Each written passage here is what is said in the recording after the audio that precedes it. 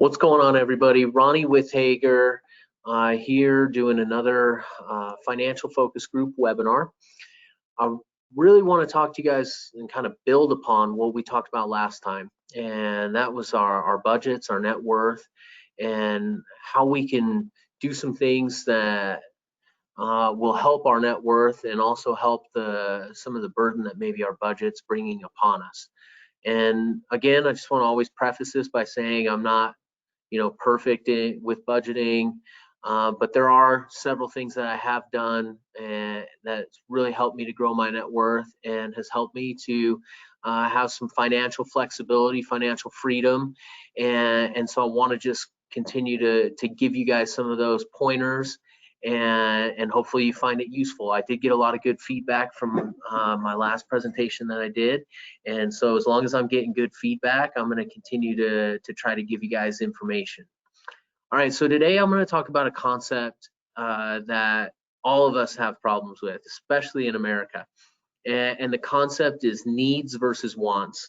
I think early on in when I was married and things like that, when I'm talking with my wife about certain things, a lot of times we'll catch ourselves saying, I need a new pair of shoes, or I need this, or I need that, or I want this. And when you really kind of break it down, you realize and you start thinking about it, you're like, do I really actually need that, or do I want that? And kind of challenging yourself and going through that exercise when you're buying things is something that you have to kind of train your mind a little bit. But if you do it and you spend the time doing it, you're going to find yourself saving a lot of money. So needs versus wants is something that we're really going to focus on. I'm going to jump over to our spreadsheet and work in the spreadsheet on this so that you can kind of see what we were doing before. And what I would say is, if you have not watched the first webcast that I ended up doing, I would challenge you to do that, because we're going to build upon some of the things that we talked about last time. So, all right, I have a column in our budget here, which is a need versus a want. And what I'm going to have you guys do is go through each line item and figure out what is a need versus a want. Now, if any of you guys disagree with what I'm saying here, go ahead and challenge me on it. That's okay. But starting out with the mortgage, we're going to have a need here. If we go into cell phones, I'm going to call that a need and a want, and I'll get to that in a little bit. Your internet is a need. Your car insurance is a need. Your car payment is a want. Your student loan payments are needs. Your credit card is a want item. All right, your life insurance is I'm going to call this a need and a want, okay, because I think life insurance is really important. Home security is a need. I'm sorry, it's a want. 529 plans are a want. Your Dish Network, your Hulu, your Netflix, your Adobe, all of these are wants. Okay, your piano lessons and things like that, those are wants. Preschool, I would argue, is a need. If you go to your utilities, you're going to have needs here. Your charity, let's say need and want. That would kind of be like maybe either sacrilegious if I said it was a want. But yeah, we should be contributing something to charities. We'll go need in the grocery store. We'll go want in the restaurants. Need is a fuel. Entertainment is a want. Health costs are a need. Household items are a need and a want. Okay. All right. So you kind of see what I did with my budget here. As I went through and I said, okay, this is where I'm spending all my money. Let me kind of go through where I'm spending my money and maybe try to hold myself a little bit accountable. All right. So when you really go through each line item on your budget, you're going to end up finding that if you really, really wanted to, you could pretty much save money in every single category. Okay. And I'll show you that. Okay. Just for example, a mortgage. If you pay $1,200 a month, perhaps you're living in a nicer neighborhood than you need to be living in. Okay, so yeah, I'm not telling you to go move or anything like that, but I'm trying to just say that to emphasize the point that if you really, really wanted to, you can shave off money from anywhere. All right, if I just went through really quick and hit all my wants in my budget here, I want to kind of show you something here. That totals up, just going through that, the wants. If I hit the wants, that's $1,300 a month. Okay. And I'm not saying that you need to cut out all of this sort of stuff, but what you're going to do when you go through this is you're going to figure out the fat that exists in your budget. All right. And you're going to figure out how to trim some of that fat. Depending on how much of a step backward you might want to take on your lifestyle. Okay, and so I just kind of showed you. I mean, like in this specific budget right here, in a 60,000 a year budget, I kind of just maybe figured out that there's $1,300 in there that could be considered fat. Now, let's just say we only took half of that and just did about $600 a month is what you identify as the fat. If you multiply that out times 12, I mean, you're looking at $7,200 a year that you could be applying towards something else, and we're going to kind of get to that. All right, so mortgage I talked about a little bit. Cell phones. This is an area where people are spending so much money on cell phones, okay? Here's where we get hoodwinked a little bit. We get hoodwinked into buying a new iPhone every 2 years, and they're $1,200. But they say, you know what, don't worry about it.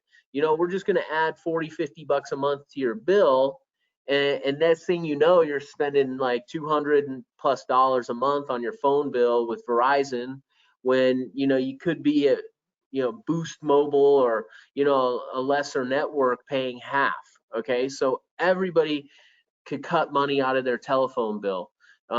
Internet, depending on your speed, maybe you have a really high speed, you don't need a high speed. Okay, look into that and see if you cut some costs there. Your car insurance, I say 15% by switching to Geico, or take a look at those things, and don't be afraid to ever get your car insurance quoted, because companies compete for that business, and you have a chance of reducing your payment there.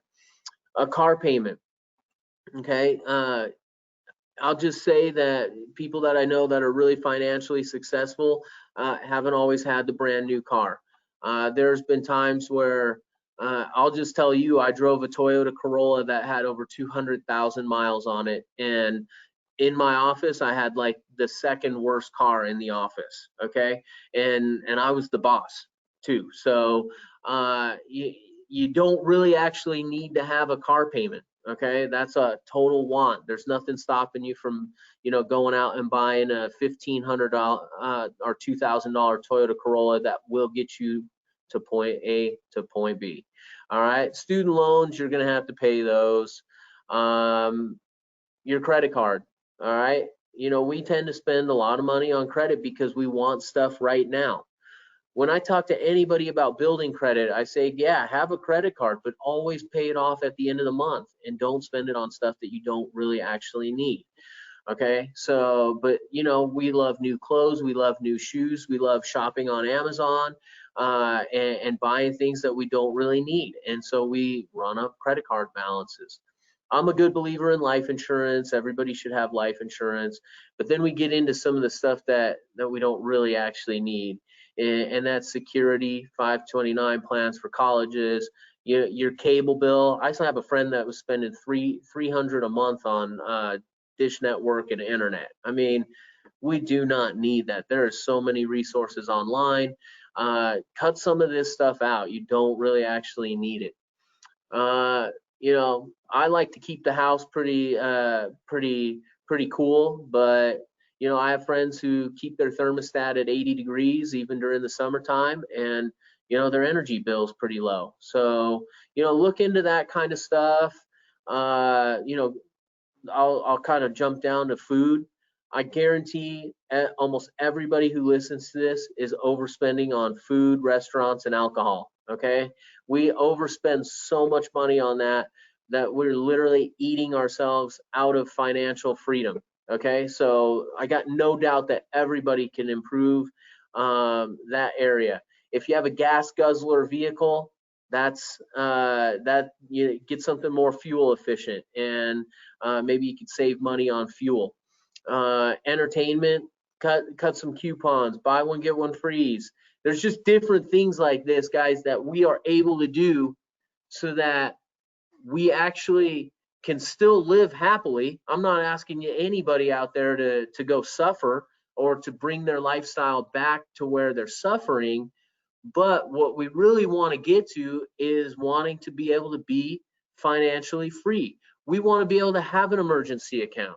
Or when something like COVID-19 happens and you lose your job for a little while, that you're not stressed out wondering what you're going to do.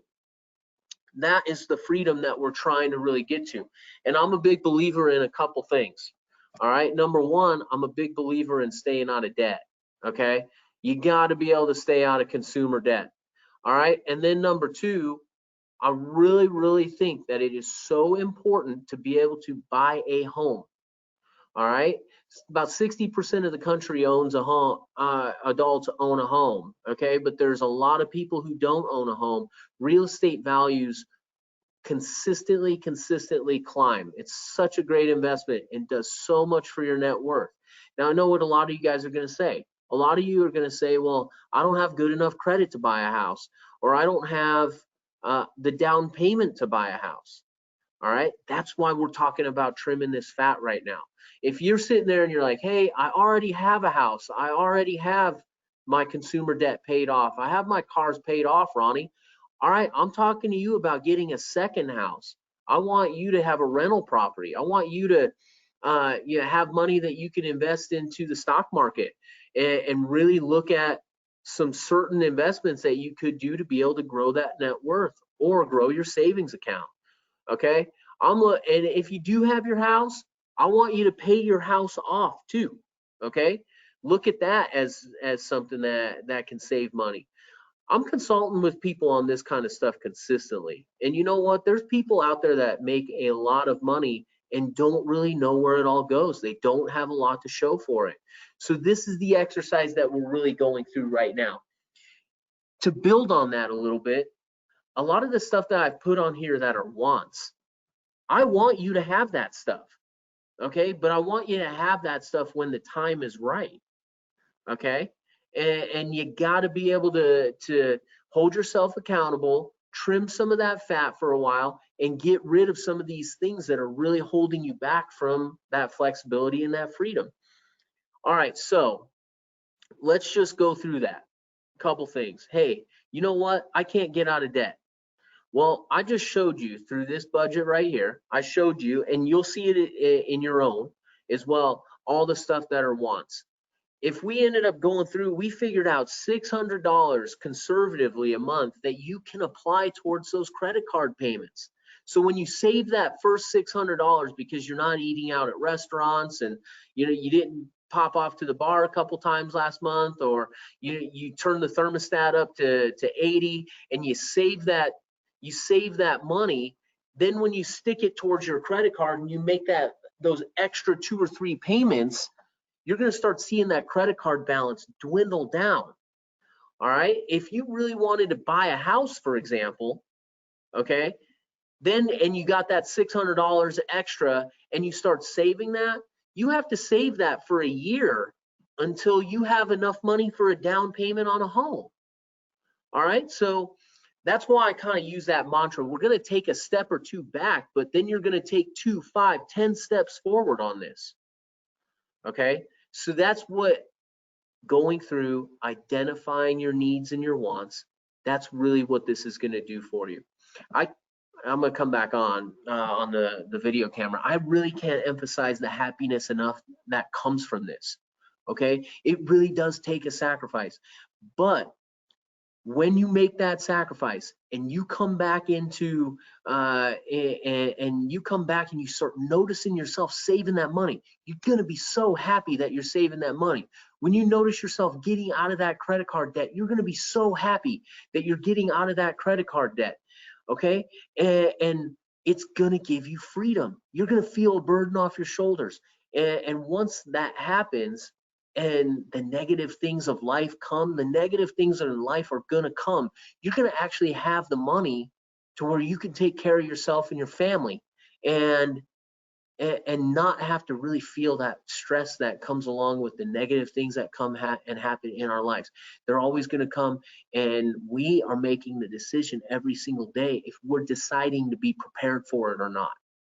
Okay, if you're out spending a bunch of money in restaurants every month, you can't really be the one that complains, a year, 2 years from now when the negative things happen, because it's our own accountability.